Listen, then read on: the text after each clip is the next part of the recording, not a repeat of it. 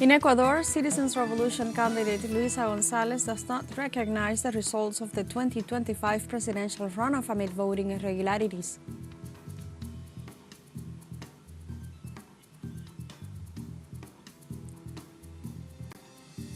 Heavy rains affect the Dominican Republic, causing flooding in several locations across the country.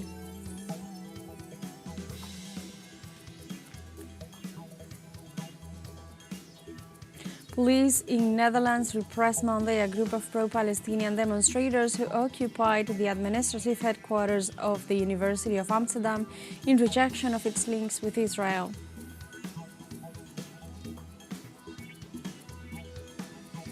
Hello and welcome to From the South. I'm Alejandra Garcia from teleSUR Studios in Havana, Cuba. We begin with the news.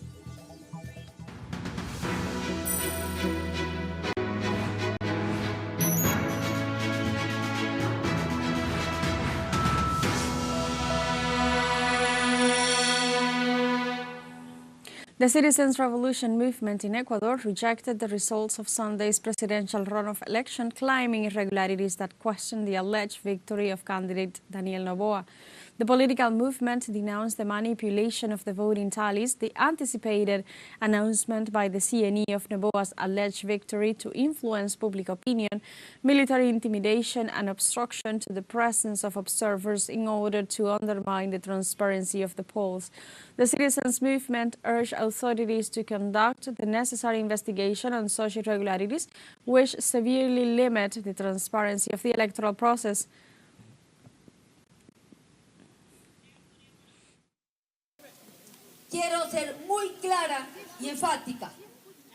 I want to be very clear and categorical. The Citizens' Revolution has always recognized a defeat in the last elections when the polls and statistics have shown it. Today we do not recognize the results.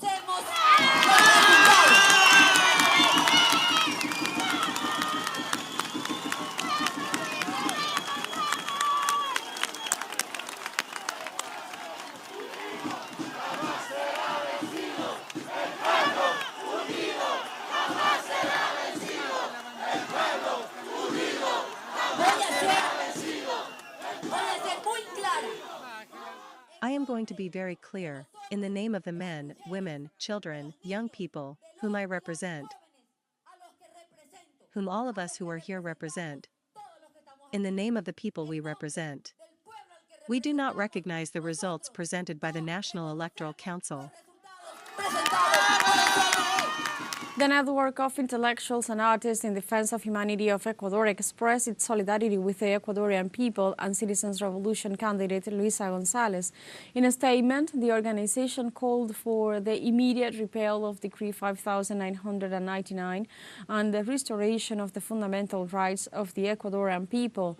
The decree contradicts legal doctrine and international standards, which establish that states of emergency should not affect political rights or democratic processes, as in the case with the electoral process held on April 13, 2025. The grouping also called on the National Electoral Council to make the electoral process and its results transparent, considering everything from the complete vote count to the analysis of compliance with the requirements set forth in the Code of Democracy and Legislation. The statement continued, "We call on Ecuadorian institutions to ensure the continued existence of democracy, respect for human rights, and an end to all forms of political and media persecution against local authorities." Finally, the organization urged international organizations, international observers, and democracy advocates to ensure Ecuador's return to constitutional order and the end of all authoritarian actions.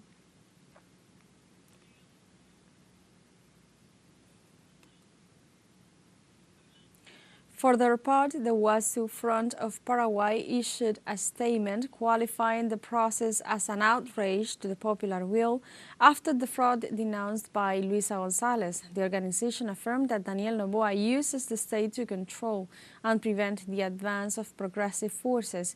The Ecuadorian government, under the control of a voracious oligarchy, has carried out a scandalous and crude electoral fraud.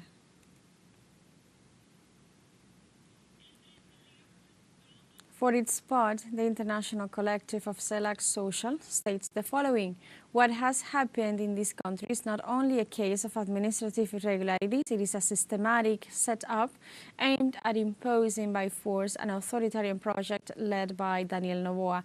The document denounces last-minute alterations in voting places, arbitrary use of state resources for client-list purposes, deliberate exclusion of international observers, and the unacceptable suspension of the vote of thousands of Ecuadorians abroad. The communique states, in view of this scenario, we make an urgent call for organization, active resistance, and popular mobilization. It is on the streets, in the neighborhoods, in the communities, and in every corner of a struggle where the defense of democracy must be upheld.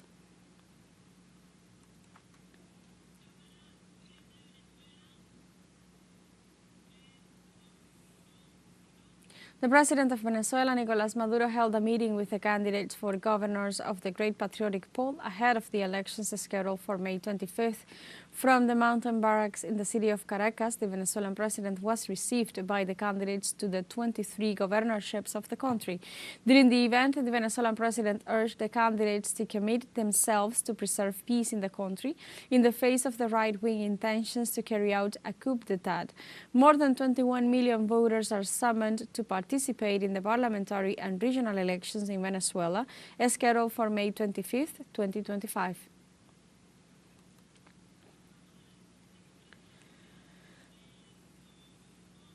As of Monday, Argentina eliminates foreign exchange restrictions as part of the so-called Phase 3 of the economic program of Javier Milei's government.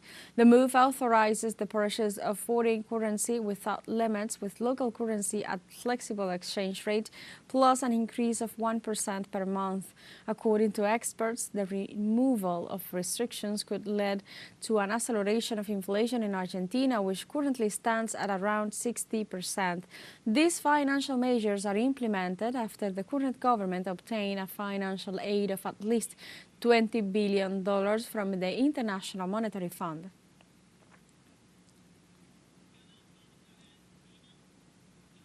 In Argentina, Santa Fe Province Governor Maximiliano Pularo won a resounding victory in the elections for Constituent Convention members in Santa Fe, ensuring a clear majority.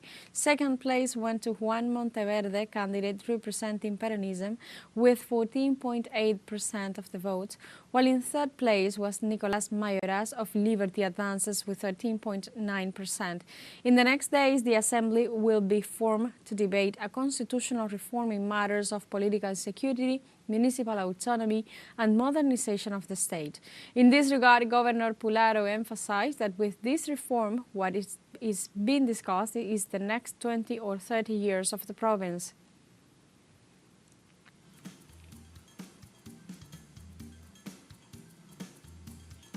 And now we have a short break coming up, but first remember you can join us on TikTok at teleSUR English, where you'll find news in different formats, news updates, and more. We'll be right back. Stay with us.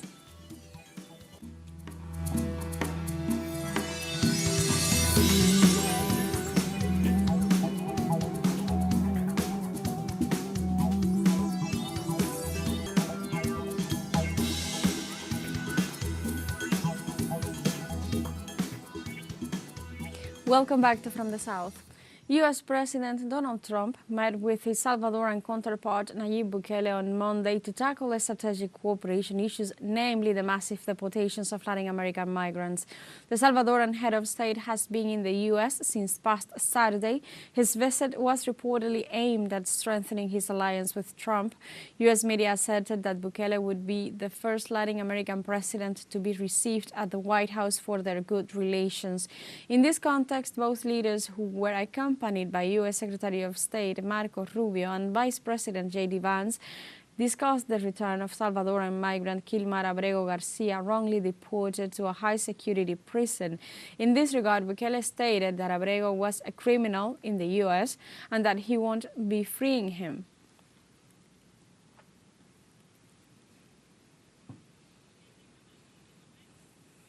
In the United States, authorities investigate a fire at the residence of Pennsylvania Governor Democrat Josh Shapiro.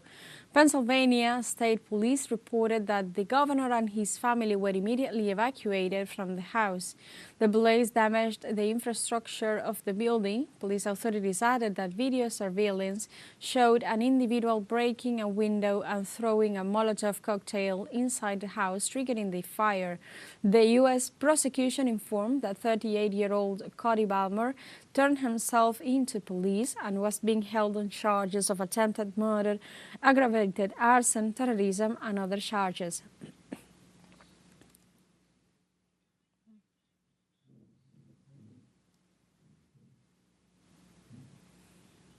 The Panamanian people is ready to take to the streets in defense of their sovereignty in the face of the imperialist attempts by the U.S. President Donald Trump. Let's see more information in the following report by our correspondent Belén de los Santos. Panamanians are once again ready to take to the streets in defense of their sovereignty. After a week in which the government received U.S. officials and once again yielded to the will of the Trump administration, allowing increased presence of U.S. military in Panamanian territory, the major working sectors are coming together to defend the people's resources, which they understand are being handed over to foreign powers.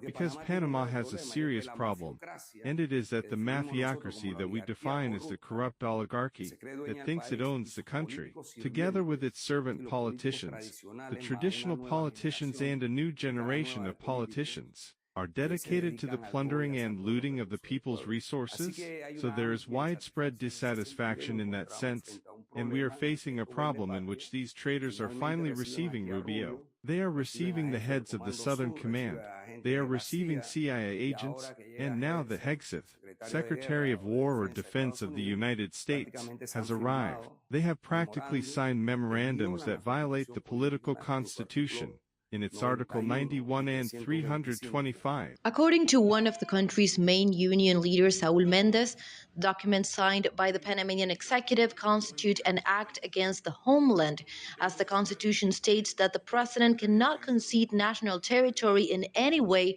to foreign powers and that any change regarding the canal's defense should be approved by the assembly and through a popular consultation. This context adds to the social discontent regarding the mismanagement of sovereign resources and the recently approved social security reform that directly affects the working class.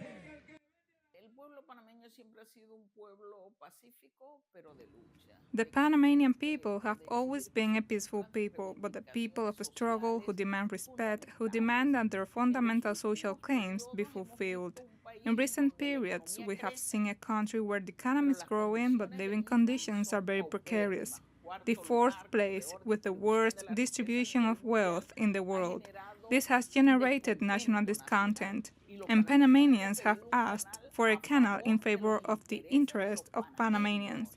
A canal for the country and not a country for a canal.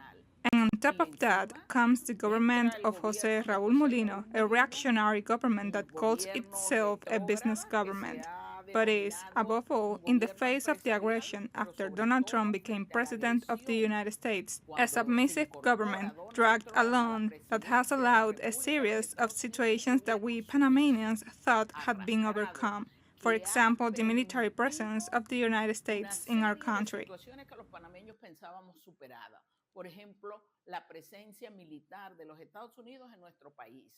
As in 2023, when Panama saw massive protests against the expansion of foreign mining in the country, the political climate in the nation anticipates a new cycle of demonstrations as the working class is determined to fight against the impositions of a U.S.-aligned government that prioritizes foreign mandates over its own people.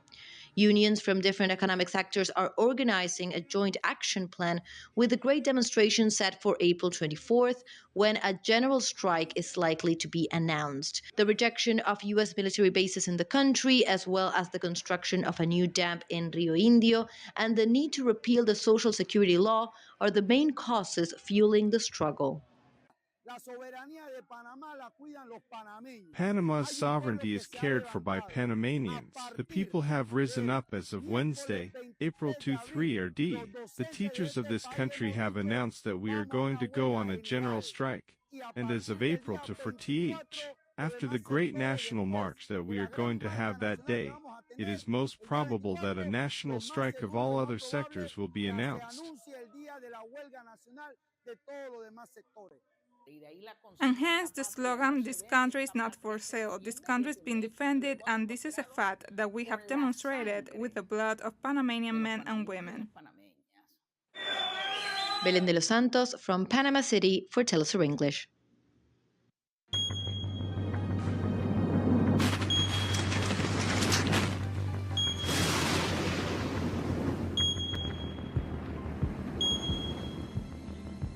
Heavy rains affect the Dominican Republic, causing flooding in several locations across the country. The torrential rains have caused the overflow of the Soco River and the collapse of one of the walls of the municipal cemetery of El Ceibo. The Emergency Operations Center has declared red to green alerts in 18 provinces due to the rains, which the National Institute of Meteorology forecast will continue on Monday. Authorities have warned the population of the affected areas to refrain from crossing rivers, streams, or creeks in order to avoid unfortunate accidents.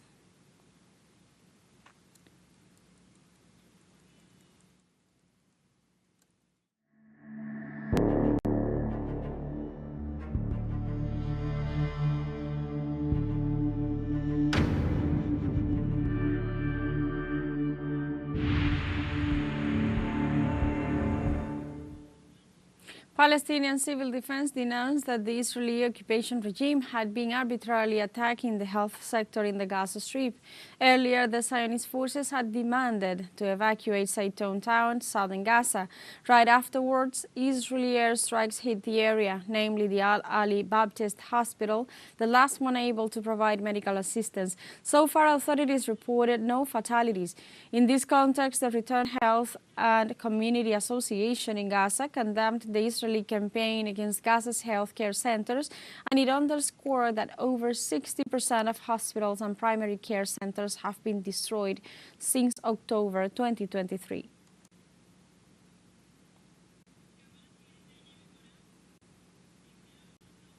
Houthis registered new U.S. airstrikes on Sana'a city, which brought about 6 deaths and 30 others injured.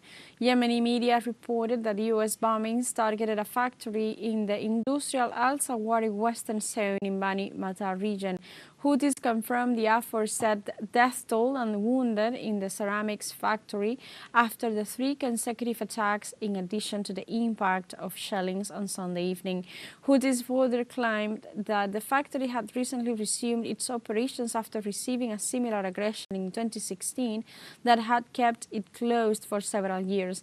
Likewise, they highlighted that the U.S. offensive has claimed some 100 lives and injured 250 people, mostly women and children.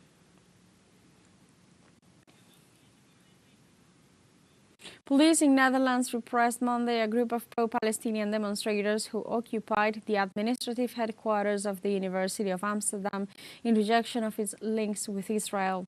The occupation took place after the group failed to engage the university in talks about its links with the Israeli academic centers involved in the genocide against the Gaza Strip. Tensions escalated as riot officers moved in to control the crowd and prevent further disruption. Around 5 p.m. local time, police removed the last protesters from the scene, bringing the action to a close. After that, some demonstrators reportedly shifted their protest to other University of Amsterdam buildings.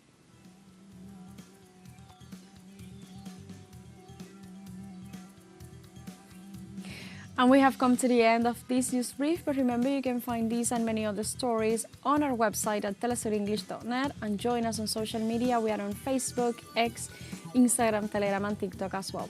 For teleSUR English, I'm Alejandra Garcia. Thank you for watching.